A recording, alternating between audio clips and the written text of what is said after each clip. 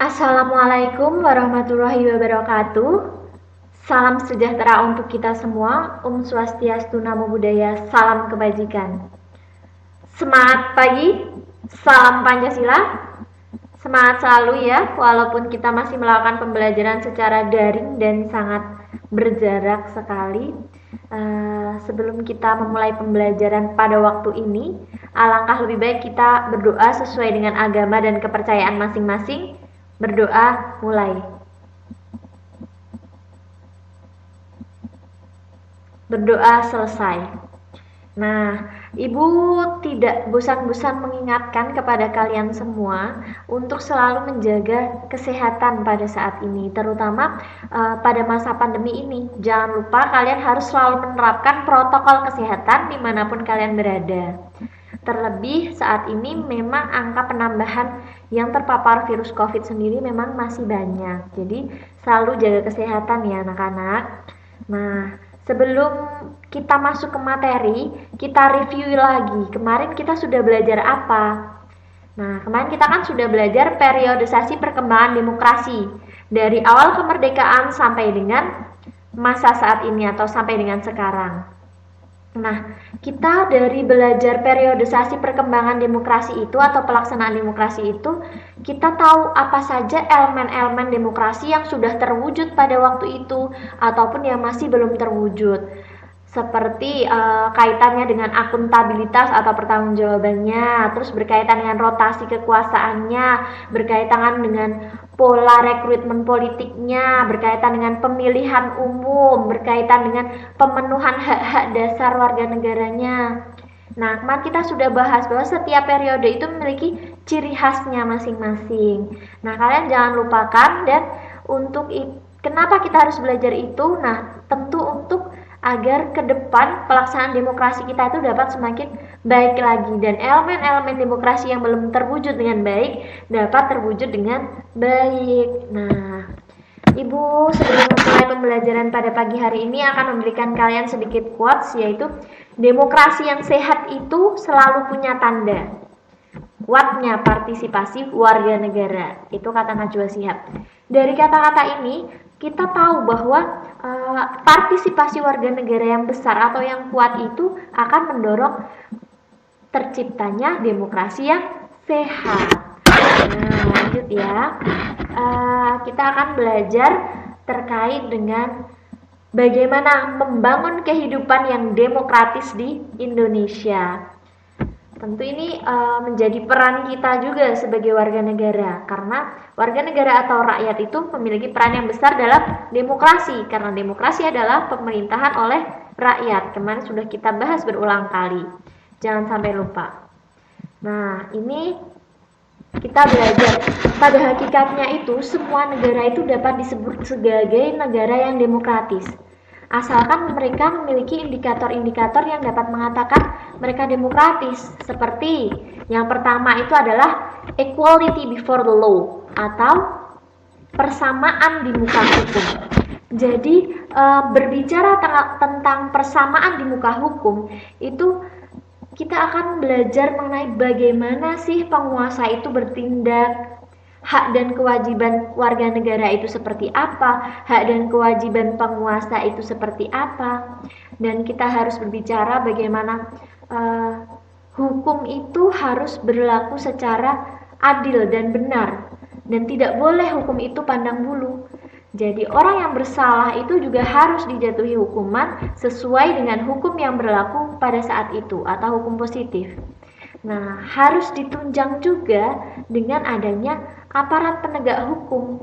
Karena yang namanya hukum yang adil, hukum yang benar ditegakkan secara betul sesuai hukum yang berlaku, tentu yang memiliki peranan sangat besar di situ adalah aparat penegak hukumnya. Jadi aparat penegak hukum itu harus tegas, tentu saja, harus bijak, harus benar dalam mengambil keputusan, harus bebas, harus berani untuk menegakkan keadilan. Jadi jangan sampai aparat penegak hukum itu justru kong kali kong dengan para cukong, itu salah ya. Jadi harus berani dan harus tegas seperti itu agar nanti dapat tercipta yang namanya supremasi hukum. Paham ya? Kita lanjut. Yang kedua itu kaitannya dengan partisipasi dalam membuat keputusan atau suatu kebijakan. Di negara Indonesia yang menganut sistem demokrasi ini, kekuasaan tertinggi berada di tangan rakyat dan dijalankan sesuai dengan kehendak rakyat. Tentu itu memiliki konsekuensi bahwa aspirasi dan kemauan rakyat itu harus dipenuhi sesuai dengan konstitusi sebagai pandangan hidup berbangsa dan bernegara. Maka dari itu dalam membuat suatu kebijakan atau suatu keputusan itu harus mewadahi aspirasi dari rakyat, sebisa mungkin harus mengakomodir perkembangan aspirasi rakyat yang selalu berkembang sesuai dengan perkembangan zaman. Contohnya ini dalam keinginan rakyat untuk menyuarakan pendapat di muka umum. Nah, maka dari itu pemerintah dan DPR itu membuat undang-undang atau aturan atau kebijakan yang berkaitan dengan penyaluran pendapat di muka umum, seperti itu. Sudah paham? Kita lanjut. Yang ketiga itu kaitannya dengan distribusi pendapatan.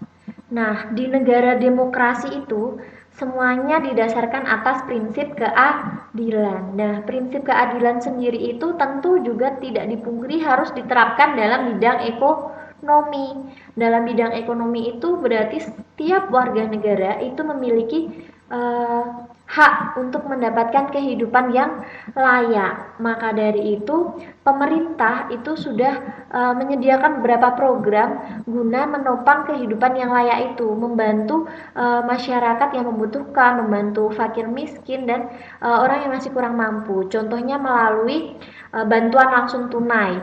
Nah, yang pada saat ini memang sedang sangat dibutuhkan terutama bagi para warga negara yang terdampak adanya pandemi COVID-19.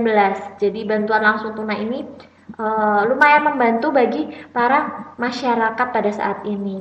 Lalu ada juga kartu prakerja yang digunakan tujuannya agar menciptakan masyarakat yang dapat berwirausaha dan memiliki pekerjaan atau dapat membuka lapangan pekerjaan. Lalu ada juga kartu sembako murah dan lain sebagainya. Nah, yang terakhir ini adanya kebebasan yang bertanggung jawab. Tentu saja di negara demokrasi itu pasti ada yang namanya kebebasan atau kebebasan itu dilindungi. Nah, kebebasan di Indonesia sendiri itu yang jelas itu sekitar ada 4. Yang perlu dasarnya itu ada 4. Seperti kebebasan dalam beragama, kebebasan dalam pers, kebebasan dalam mengeluarkan pendapatnya, kebebasan dalam berkumpul.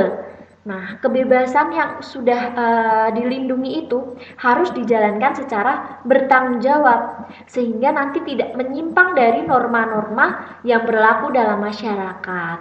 Tentu saja kebebasan itu berarti tetap dibatasi atas aturan atau norma yang berlaku di masyarakat. Nah, begitu ya. Perilaku yang mendukung tegaknya nilai-nilai demokrasi. Ini sangat penting sekali untuk kita pelajari karena sebagai warga negara yang baik kita harus menjalankan atau mendukung tegaknya nilai-nilai demokrasi di Indonesia, ya. Nah, sebelumnya perlu kita ketahui bahwa demokrasi sendiri itu tidak mungkin terwujud jika tidak didukung oleh masyarakatnya atau oleh rakyat. Pada dasarnya, sebelumnya itu kan demokrasi atau budaya demokrasi itu tumbuh karena rakyat tidak suka dengan tindakan yang bersifat sewenang-wenang atau otoriter, baik dari rakyat maupun dari penguasa. Nah, maka dari itu, kehidupan yang demokratis ini hanya mungkin dapat terwujud ketika rakyat itu menginginkan terwujudnya kehidupan yang demokratis tersebut. Jadi intinya, demokrasi itu tidak mungkin terwujud jika tidak didukung oleh masyarakat. Jadi demokrasi harus didukung oleh masyarakat agar terwujud. Nah, ini Ibu ambil kasus terkait dengan demokrasi atau unjuk rasa yang memang baru hangat sekali akhir-akhir ini terkait dengan penolakan Undang-Undang Cipta Kerja. Di gambar sebelah kiri Ibu, ini ada gambar unjuk rasa yang dilakukan di Malioboro. Di sini unjuk rasa ini sebagai bentuk penyampaian aspirasi rakyat atau kebebasan dalam mengemukakan pendapat di muka umum. Nah, itu adalah salah satu nilai demokrasi yang perlu dilindungi. Karena sudah ada kebebasan dari mengemukakan pendapat di muka umum, tentu mereka boleh melakukannya. Kita sebagai rakyat pun juga sangat boleh melakukan itu. Asalkan kita tahu esensi dari apa yang kita ingin sampaikan, aspirasi apa yang ingin kita sampaikan kepada para penguasa. Nah, kita ketahui bahwa pada masa pandemi COVID seperti ini memang ada baiknya demonstrasi ini dilakukan tetap memenuhi protokol kesehatan, jangan sampai membahayakan diri sendiri. Nah, dari kebebasan mengemukakan pendapat di muka umum itu harus dilaksanakan dengan penuh tanggung jawab. Nah, apabila penuh tanggung jawab itu tadi hilang atau tidak dilaksanakan, maka akan terjadi seperti gambar yang di sebelah kanan ibu nih. Jadi tercipta adanya kerusuhan, ricuh, dan tentu saja berakibat mungkin akibat dari korban secara fisik maupun akibat dari kerusakan-kerusakan yang ditimbulkan. Tentu itu membawa dampak negatif sehingga esensi dari penyampaian aspirasi rakyat sendiri hilang karena adanya kericuhan, baik dipicu oleh beberapa sektor, baik adanya provokator dan lain sebagainya. Nah, lanjut ya. Ini kita cermati berita-berita berikut ini. Ini sedang hangat karena pengakuan para siswa yang ikut demo berujung ricuh di Semarang. Nih. Semarang, Gubernur Jawa Tengah Ganjar Pranowo menjenguk para demonstran yang diamankan di Mapolrestabes Semarang. Ada pelajar juga yang diamankan dan mengaku tidak paham untuk apa mereka ikut demo yang berujung ricuh itu. Jadi tentu itu menghilangkan esensi dari demokrasi, esensi dari aksi.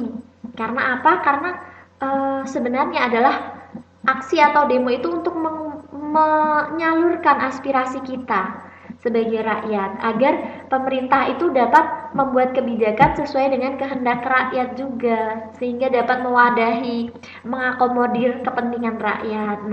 Nah, lalu cegah aksi demo pelajar. Ini yang dilakukan Ganjar Pranowo. Ganjar Pranowo tentu juga sebagai gubernur dia juga memberikan instruksi kepada para kepala sekolah untuk agar pelajar tidak mengikuti demonstrasi. Karena sebenarnya demonstrasi ini besok kalau kalian sudah kuliah itu kalian akan tahu bahwa demonstrasi itu juga ada tekniknya. Jadi tentu ada konsolidasinya, ada teknik lapangannya, terus pembentukan kordum, korlap, orator dan lain sebagainya itu dipertimbangkan dengan benar-benar secara matang seperti itu, sehingga aksi itu memang ditujukan untuk penyampaian aspirasi, bukan untuk kericuhan dan lain sebagainya.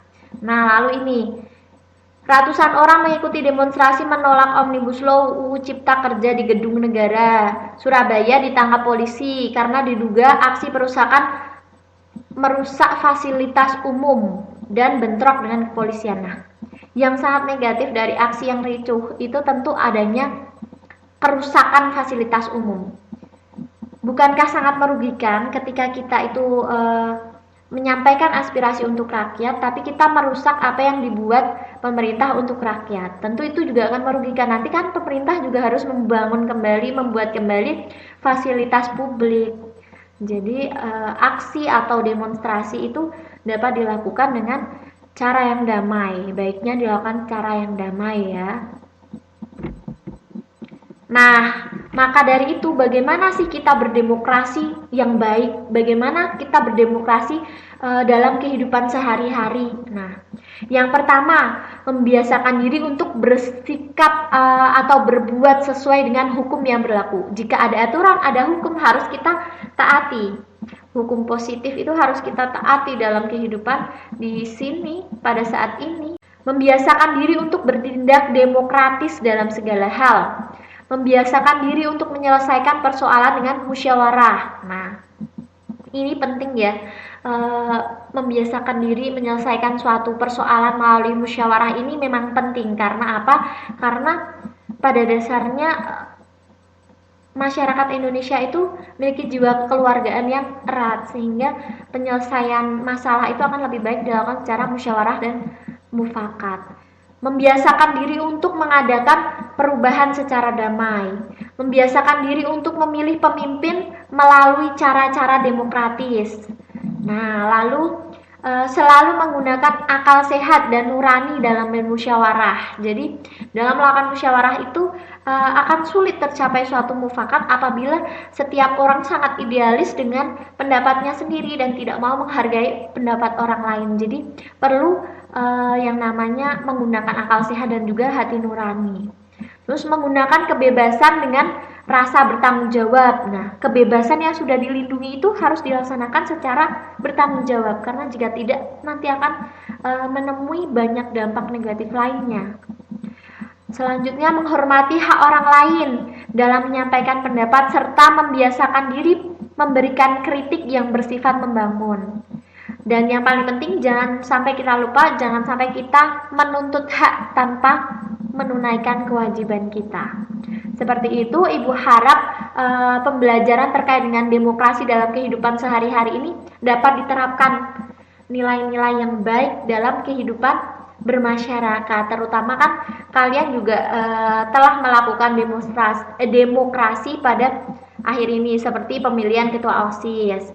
Dan yang sudah masuk ke usia pemilih pemula mungkin ikut pilkada, pilkades, dan lain sebagainya. Dalam melakukan kumpulan pemuda atau kumpulan karang taruna, tentu kalian juga memerlukan yang namanya nilai-nilai demokrasi agar dalam pelaksanaannya kalian dapat menyesuaikan dengan kehidupan di masyarakat dan sesuai dengan nilai-nilai yang ada dalam masyarakat. Seperti itu ya. Nah, terima kasih sudah memperhatikan pembelajaran pada pagi hari ini. Nanti dikerjakan tugasnya. Nanti akan Ibu berikan lembar pengerjaan tugasnya. Silahkan dikerjakan dan selalu semangat. Kalian pasti bisa dan semangat. Wassalamualaikum warahmatullahi wabarakatuh.